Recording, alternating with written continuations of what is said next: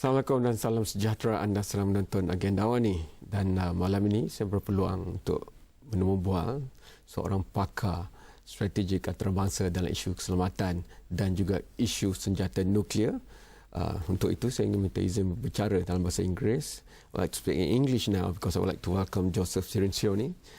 You are the president of the Plowshares Fund. Thank you so much. And I will let you tell about what Plowshares Fund is all about later. But as I was preparing for this particular discussion, I'm sorry I missed you at talk with held by ISIS and all. Yes. But you're a security expert, a global security expert in that matter. You're very well versed with nuclear disarmament and the threat of nuclear.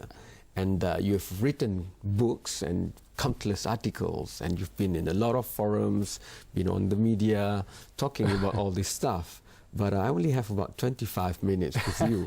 So I'm going to pick the issues that has been, bugging a lot of Malaysians for the last few months. And then if we have time, I'm going to move over to nuclear.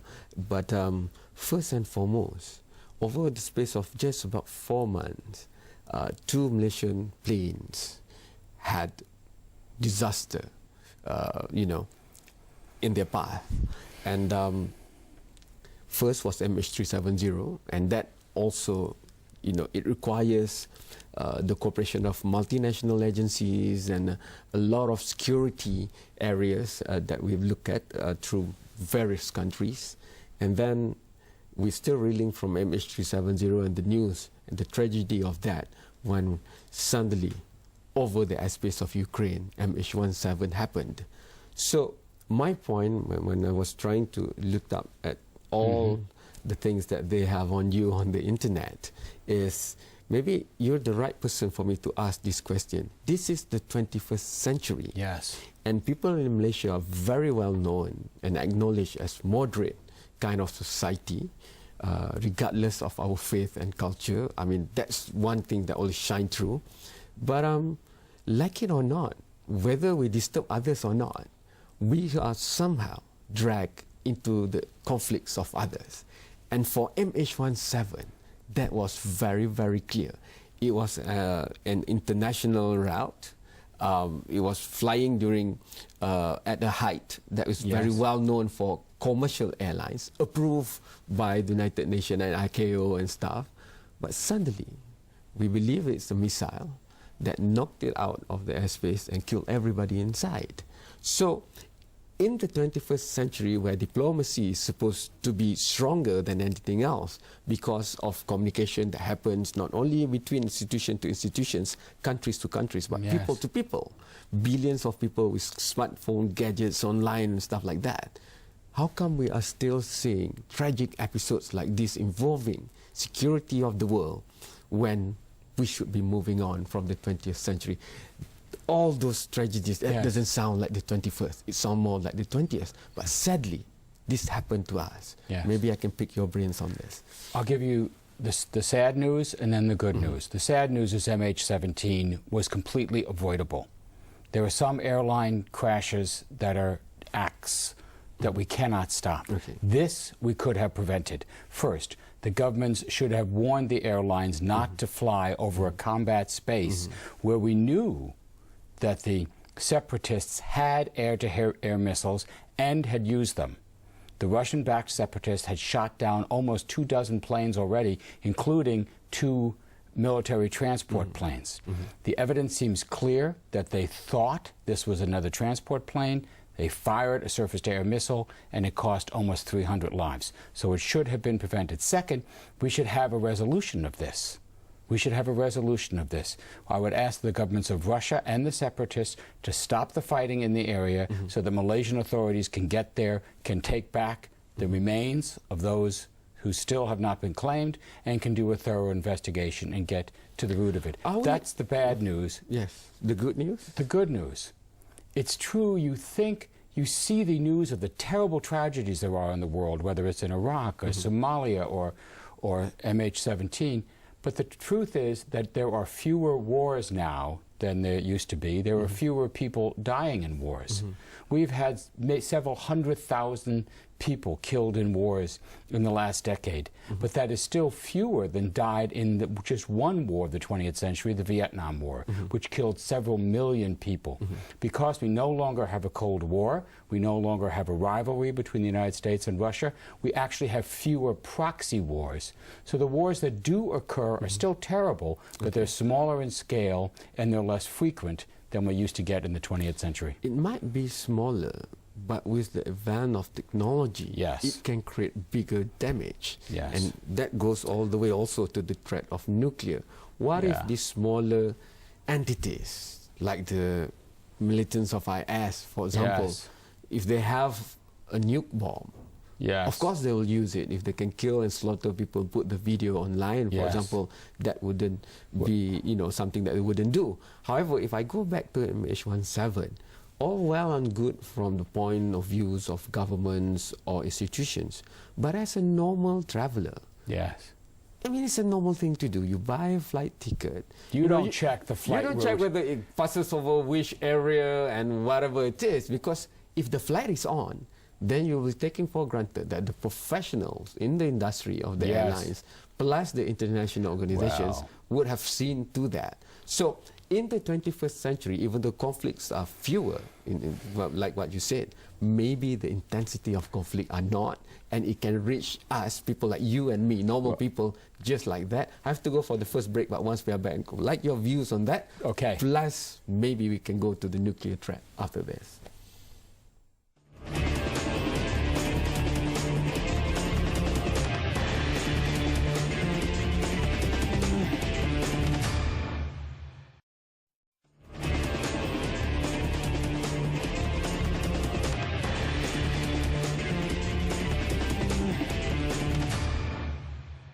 Okay. I'm already busy discussing with Joseph Cirencioni. He's a global security expert in that sense. Fine, MH17, Yes. of course the views from America would say it's the Ukraine rebel, but Russia seems to think otherwise. However, taking a stand as an ordinary Malaysian, I don't care whoever it is. Yes. I want the perpetrator to be brought to justice. Yes. I want for them to be singled out. I want for them to be identified, put on trial, and given what they deserve to be given by the views of the courts of law. So this is only a simple logical request. But why is it so hard and so tough to do? If the international community can do so many other exemplary things around the world, why can't the weight of the world be focused on this? Because this is a precedent for the airline industry, for example, for the safety of the airline industry. By now, people like me would have expected conferences like the first conference on nuclear to be done, for example, 2010. Yes. Why can't that be done for airlines and the safety of flying over zones nearing conflict zones, for example? Well, this is a very good point, and we have to have citizens demanding this kind of action. So the government of Malaysia is pursuing its own independent investigation, as it should. It is not taking a position yet, as it should. It needs Russia's cooperation to get to the zone. It needs the cooperation of other countries. But once the investigation is done, I agree with you. That's when those guilty must be held responsible. And if they're not going to be held responsible by the countries that did it, then there is also international tribunals that can be set up, or the International Court of Justice that can hear this case. We have the institutions available. We have to use them. Where would the political will and leadership for an international incident like this to be taken? Should it come from the Security Council? Well, unfortunately, on the Security Council, Russia has a veto. So you're going to be blocked from doing any action there. But there's it's not the even kind a of motion thing for that, them to block. no, there isn't. This is the kind of thing that you want the countries to be doing more on, especially the European countries. The Dutch have done their own investigation. The flight took off from the Netherlands. That's good. But you really want the European Union to be doing more and to be starting new regulations so that it doesn't happen in the future. Yes, it will cost the airlines a little more to fly around conflict zones, but it's the least citizens can expect. I would expect consumers, if given a choice to fly over a conflict zone, add 200 more US dollars and fly the other way. Of course, that should be given choice to the consumers. But we'll save that for an economist to debate upon. if I take back the example of Ukraine, there was an agreement involving the Ukraine government, Russia and America Yes. on their stand on nuclear and disarmament of nuclear, for example, for Ukraine. Yes. Maybe if you know that better. Sure. Maybe if you can link that to this crisis, because if those kind of agreement before will not be respected as people expect it to be, then how do we proceed for the future? But let's look at the thankful news here. The Ukraine crisis is terrible for a number of reasons, but one of the things it is not a nuclear crisis. Because the government of Ukraine agreed at independence in 1991 and a few years later to give up the nuclear weapons it had inherited from the breakup of the Soviet Union. So several thousand nuclear weapons were taken out of the country in cooperation with Russia and the United States. And then it did more. It still had nuclear materials that a terrorist could use to build a bomb. But that too was taken out of the country, and by 2012, the last remaining nuclear material was gone. That was international cooperation. We still have those agreements. Those work. What we need to do is do more of that and do it faster. Nuclear weapons still exist in the world, and their very existence poses a threat to everyone, not just the people of the United States and Russia. But if let me play the devil's advocate Please. here. If I'm a politician supporting the stand of the government of Ukraine, Yes. then I will say to my people that that's the reason we're facing this problem, because you don't have nuclear capabilities as a deterrent anymore. Okay. So bigger superpower beside you will do this, for example. Nuclear weapons are good for only one thing: preventing somebody else with a nuclear weapon from attacking you with that weapon. But history shows that nuclear weapons don't stop conventional wars. So countries with nuclear weapons have still engaged in wars, have been invaded. Look at Israel. Israel has nuclear weapons. They've been attacked repeatedly. The nuclear weapons haven't stopped that. There's no evidence that if Ukraine had a nuclear weapon, it would have stopped this kind of conflict. But there's a second reason. Ukraine couldn't have kept the nuclear weapons. If it did, it would have been a pariah nation. It wouldn't have received the kinds of cooperation that it got. Economic help. Economic help, integration into Europe. So there was no choice really for Ukraine. It did the right thing. Nuclear weapons don't give you security. They only give you problems. Okay. Maybe I have old data, but there's 17,000 nuclear warheads Yes, around. exactly. And then there are hundreds of thousands more that could be manufactured at any time from the materials available. And are we sure that, the size of a grapefruit or whatever size it is couldn't fall into somebody else's hand? Are we really sure that everywhere along this line where nuclear materials are kept or the weapons are kept, that there will not be a breach?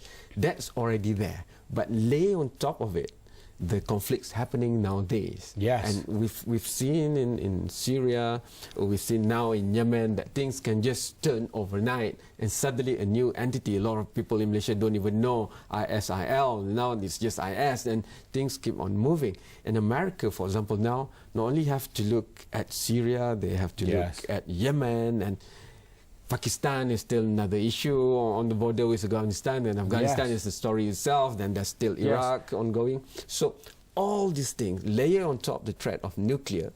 We'll come back to that after this short break. When in Malaysia, we're still debating whether we should have a nuclear reactor to kick off our independence on energy. So there's this big gap between what you are used to the moderate people on average of Malaysia. So I would like to bring this gap to a clash in our last segment together right after this break.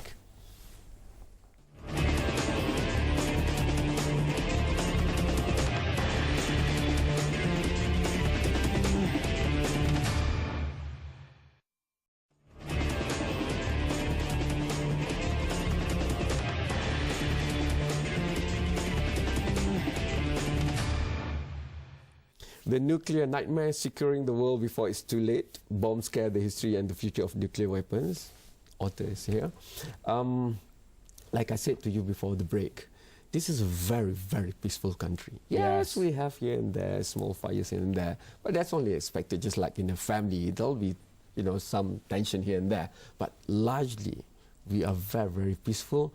I don't think any of us ever harbor the intention of wanting our country to have a nuclear weapon, but it's a global village more and more. So just like MH17, we can't live alone.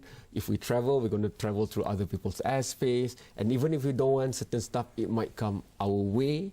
So with the threat of, for example, terrorism, that can't be ruled out. Yes. Of course, the ultimate weapon for a terrorist cell or terrorist anywhere would be to have that ultimate weapon. And right now, it still is a nuclear bomb, for example. And with 17,000 over, 100,000 over potential materials to be done, to be made into nuclear weapons. So how do you look at the conflicts? Yes, they might be having smaller casualties as compared to the world wars we have in the last century, but they are also more and more sophisticated nowadays. Documentation forgeries, biometrics being used for identification, even then they could slip through. So how do we ensure that we are relatively safe, more than in the 20th century, when I read your articles sometimes, you know, there was this plane carrying nuclear warheads, they didn't even know, then, you know, they pass over a few states in America. Accidents. You have to be a real optimist to think that you can keep 17,000 nuclear weapons in fallible human hands and nothing is going to go wrong. Human beings make mistakes. We miscalculate. We push the wrong button. Things go wrong. So the only way to be really safe is to get rid of all those nuclear weapons, which is why you see more and more experts around the world, including here in Malaysia. There was just a statement issued that included a former ambassador in Malaysia calling for rapid steps to eliminate nuclear weapons, because this is a global problem. Let me give you an example. ISIL. Nobody had heard of ISIL a year ago. Now this is a terrorist group unlike anything we've ever seen. They control vast tracts of land. They have over $2 billion in assets, and they have a global recruitment network. If they get their hands on nuclear weapons, they will use it. How do they do that? They might use their money, their networks to get nuclear weapons or materials from corrupt officials in Russia or Pakistan, for example, and that is a threat that we cannot tolerate. That is the #1 threat we face. Second, you have the threat that countries will use a nuclear weapon in a conflict. I'm most worried about Pakistan and India, the countries that have fought 4 wars are now nuclear armed. That would be a catastrophe that would certainly affect Malaysia. And finally, there's the accidents of the nuclear weapons that exist in U.S. and Russia. U.S. and Russia have to take the lead in getting rid of their weapons. What about the serious threat of dirty bombs? Dirty bombs, easier than a nuclear bomb. I am frankly surprised we haven't seen one, and this is another threat I worry about from ISIL. This is a conventional explosive, TNT, dynamite, laced with radioactive material that could spread radioactive particles over 10 square blocks of an urban territory. If Kuala Lumpur was hit by a dirty bomb in its financial district, it would shut the city down. Or London or New York, it would shut the city down, causing trillions of dollars in economic damage. So yes, you have to worry about that threat as well. So how do we stay positive? You stay we work positive. the Security Council, which is a very, very tough thing to do. Malaysia is going to be on the Security Council in a few months. With any luck, I think you'll be voted in as one of the members. You'll be dealing with some of these problems. I stay positive by looking at the arc of history.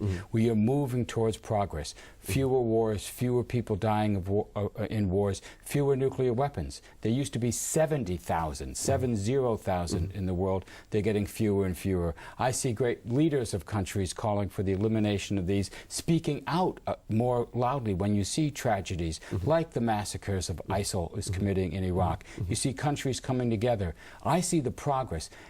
We're still human beings. We are still going to have wars. It's still going to be messy. But I see more and more rational human beings taking rational actions, turning away from the Cold War policies and the Cold War weapons. Well, we cannot help but look at United States of America. Cold War wouldn't have existed if there's only one power. But now, Russia is not what it used to be. And we remember the dream that President Obama had about nuclear weapon. He came out in all his speeches about nuclear weapon and made very big promises that was well taken even this side of the world. But as he is going towards the end of his term, how would you rate how far he has come in doing what he promised to do in terms of nuclear weapons. President Obama laid out exactly the correct vision, and I say that because I was on his campaign team and helping to develop that vision. It was an ambitious, comprehensive, and practical plan for eliminating nuclear threats. He did a great job in the first 2 years, but then he stopped. So the job is not done. In fact, it's only about 10% done. He has a long way to go. I think there's a good chance that in his final 2 years in office, he's going to come back to the nuclear issue. Next year is the 70th anniversary of Hiroshima, the bomb that we dropped on Japan that killed several 100,000 people. It's time to commemorate that tragedy by getting rid of those weapons, renewing a drive to take action. I think the United States can take the lead, even if Russia won't. We've been waiting for Russia to cooperate. Russia's hesitant now under this current government, but the U.S. can still do a lot more to get rid of these nuclear weapons. I'm going to be pushing our president to do more. I hope the people of Malaysia will have their government cooperate in these efforts. But of course, not just the government, it's also the civil society nowadays that must come up more and more. So we'll be pushing you for your time to maybe go on Skype with us wherever you are around the world to keep this community here informed of whether we can reach that goal by the 70th anniversary. Cam, it would be a pleasure to join you. Yes. Thank you so much for making time to be on Agenda Awani. Thanks to you for watching. Hantarkan pandangan anda sendiri kepada pelbagai platform ya. Astro Awani ada Facebook, Twitter, Instagram dan sebagainya. Apapun terus muat turun aplikasi Mudah Alik iOS dan Android supaya anda boleh menonton Agenda Awani secara langsung di gadget Mudah Alik anda. Sekian. Selamat malam. Terima kasih. Jumpa lagi. Thank you so much. Thank you.